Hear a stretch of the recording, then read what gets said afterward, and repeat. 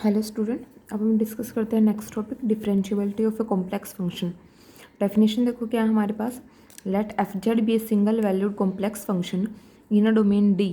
We say f z is differentiable at point z not belongs to D if the increment ratio f Z minus F Z not divided by z minus z naught tend to a finite limit as z approaches to z naught। ठीक है कि हमारे पास ये जो quantity है इसकी जो value है वो कोई फाइनाइट वैल्यू आनी चाहिए जब जो जेड है वो जेड नोट को अप्रोच करेगा।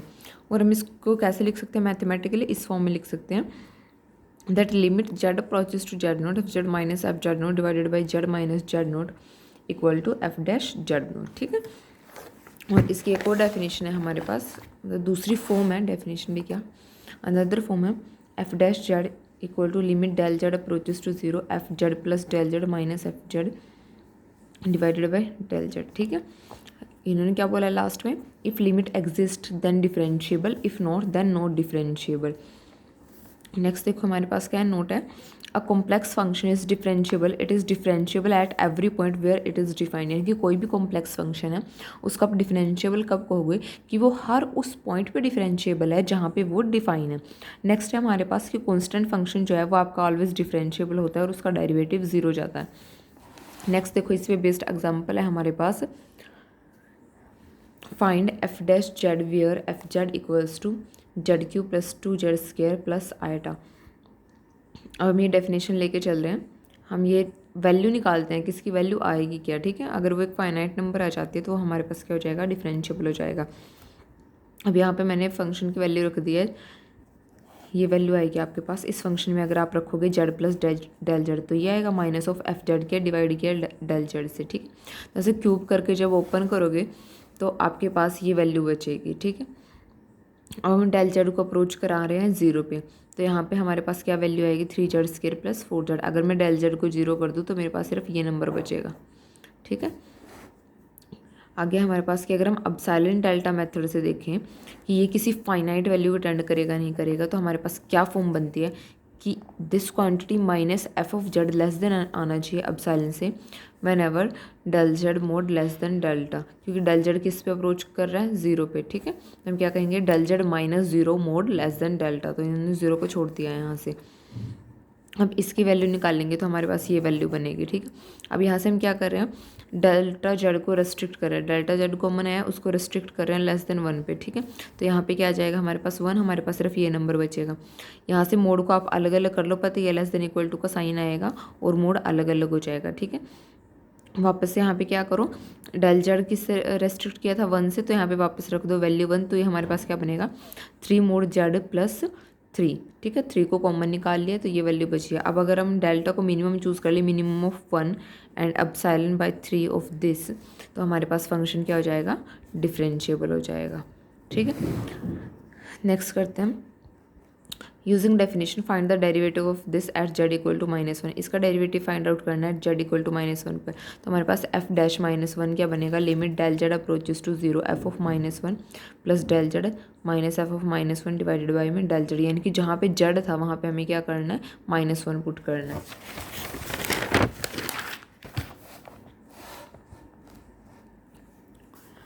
अब यहाँ पे देखो हमने वैल्यू रख दिया फंक्शन में, यहाँ पे रखी है F of minus one plus del Z, यहाँ पे रखा है एफ ऑफ माइनस वन। तो इसको सॉल्व करके आपके पास डेल जेड कॉमन आ गया, यहाँ से डेल जेड को कॉमन निकालो। डेल जेड कहाँ पे अप्रोच कर रहा होगा, जीरो पे अप्रोच करता है आपका। ठीक है, तो यहाँ पे जहाँ पे भी डेल जेड है उसको जीरो रख दो तो वैल्यू क्या बनेगी, वन बनेगी। नेक्स्ट देखो थ्योरम है every differentiable function is continuous.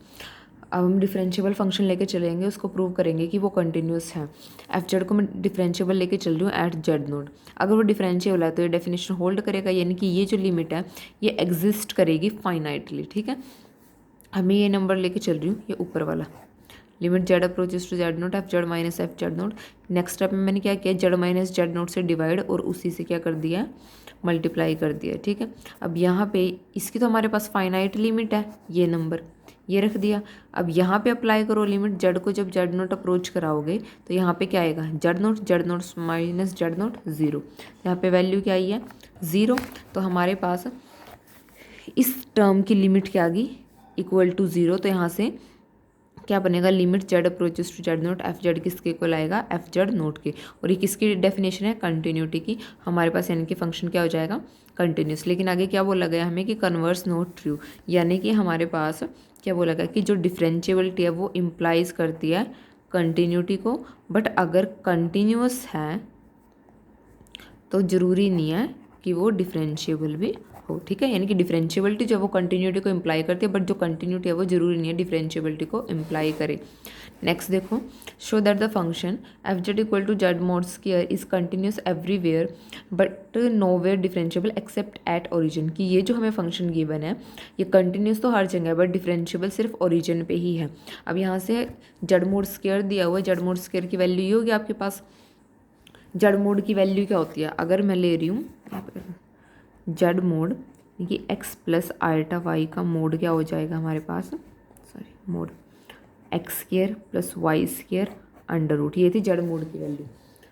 अब जेड मोड स्क्वायर दिया हुआ है तो अंडर रूट कैंसिल हो जाएगा, तो ये वैल्यू बचेगी। अब यहाँ से रियल और इमेजनरी अलग कर लो, रियल बना ये, इमेजनरी बना ये, ज़ीरो। तो हमारे पास u भी कंटिन्यूस है, v भी कंटिन्यूस है, तो इनका सम जो ये बन रहा है एफ जेड, ये भी क्या हो जाएगा, कंटिन्यूस। तो यहाँ से फंक्शन क्या हो जाएगा हमारे पास, कंटिन्यूस।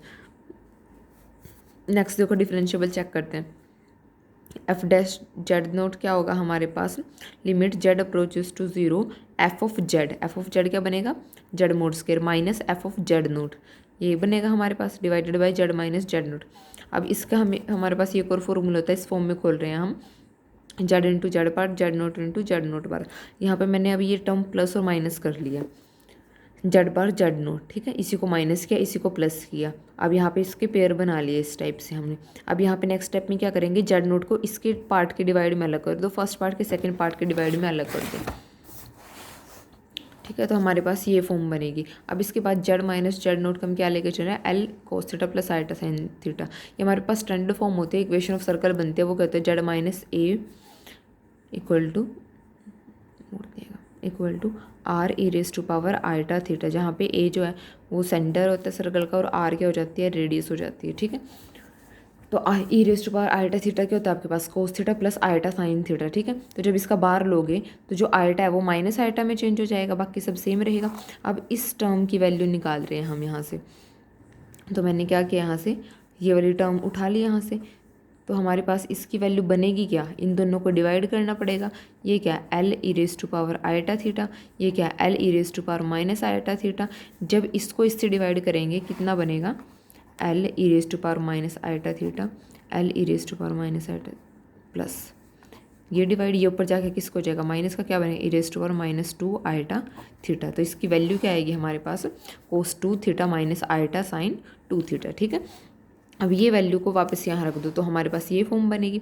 अब यहाँ पे देखो जो लिमिट है वो डिपेंड किस पे कर रही है, थीटा पे। अगर आप थीटा की वैल्यू चेंज करते रहोगे तो डेरिवेटिव की वैल्यू चेंज होगी, ठीक है। तो यहाँ पे हमारे पास जो लिमिट की वैल्यू है वो किस पे डिपेंड कर रही है, थीटा पे डिपेंड कर रही है। और अगर इस टाइप से आपकी वैल्यू पाथ पे थीटा पे डिपेंड करे तो हमारे पास फंक्शन जो है वो नॉट डिफरेंशिएबल हो जाता है, ठीक है। और अब हमें क्या बताना है कि डिफरेंशिएबल है जीरो पे। अगर मैं इस जेड नोट पॉइंट को जीरो ले लूँ, अगर मैं यहाँ पे जीरो कर दूँ तो यहाँ पे भी क्या हो जाएगा, जीरो हो जाएगा। तो ये पूरी टर्म क्या हो जाएगी, जीरो। तो एफ डैश जेड नोट क्या बनेगा, जेड बार बनेगा, ठीक है। तो उसकी तो वैल्यू थीटा पे डिपेंड नहीं कर रही है, तो यानी कि ये जीरो पे क्या है, डिफरेंशिएबल है, सिर्फ किस पे, जेड इक्वल टू जीरो पे, और उसके अलावा कहीं भी डिफरेंशिएबल नहीं है। नेक्स्ट देखो, F Z equal to Z bar is nowhere differentiable but continuous everywhere in complex plane. बिल्कुल सिंपल है। यहाँ पे क्या ये फंक्शन दिया हुआ है, स्टैंडर्ड डेफिनेशन लगा ली हमने, ठीक है। अब फंक्शन क्या होगा हमारे पास, कंटिन्यूस होगा। ये फंक्शन हमारे पास कंटिन्यूस होता है, ठीक है। अब यहाँ से देखो, अब हम डिफरेंशिएबिलिटी की बात करते हैं। हमने डेफिनेशन लगा दिया है यहाँ पे, एफ डैश जेड नोट की वैल्यू ये होगी हमारे पास, डेल जेड अप्रोच करेगा जीरो को, तो यहाँ पे मैंने फंक्शन की वैल्यू रख दिया। अब यहाँ पे बार को आप अलग अलग कर सकते हो प्लस में, तो आपके पास ये टर्म आएगी। अब यहाँ से जेड नोट से जेड नोट कैंसिल हो जाएगा, तो ये वैल्यू बचेगी आपके पास। अब हम देखते हैं कि पाथ के चेंज करने से इस पर कोई फ़र्क पड़ रहा है नहीं पड़ रहा है। अगर पाथ के चेंज करने से लिमिट चेंज हो रही है तो इसका मतलब लिमिट जो है वो पाथ पे डिपेंड कर रही है। अगर वो पाथ पे डिपेंड करेगी तो फंक्शन क्या हो जाएगा, नोवेयर डिफरेंशिएबल। डेल जेड जब वो जीरो को अप्रोच कर रहा है, लेकिन पहले हम क्या लेके चल रहे हैं कि जो डेल जेड है वो जीरो को अप्रोच कर रहा है along path parallel to X axis.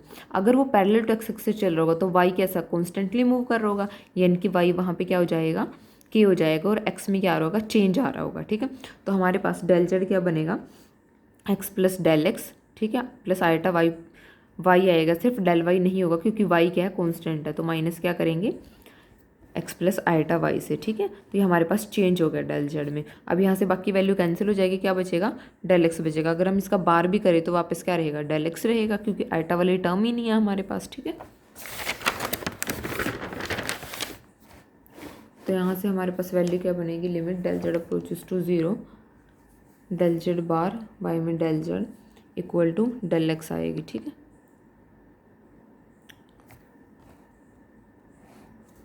यहाँ पे वैल्यू वापस डिवाइड में क्या आएगी, डेल एक्स आएगी, डेल एक्स से डेल एक्स कैंसिल, वैल्यू आएगी 1। ठीक है, अब हम लेके चल रहे हैं अलोंग वाई एक्सिस, तो यहाँ पे एक्स कॉन्स्टेंटली मूव करेगा, तो यहाँ पे चेंज किस में होगा, वाई में होगा, माइनस करके क्या बचेगा, iota del y, del z बार क्या होगा, minus of iota del Y.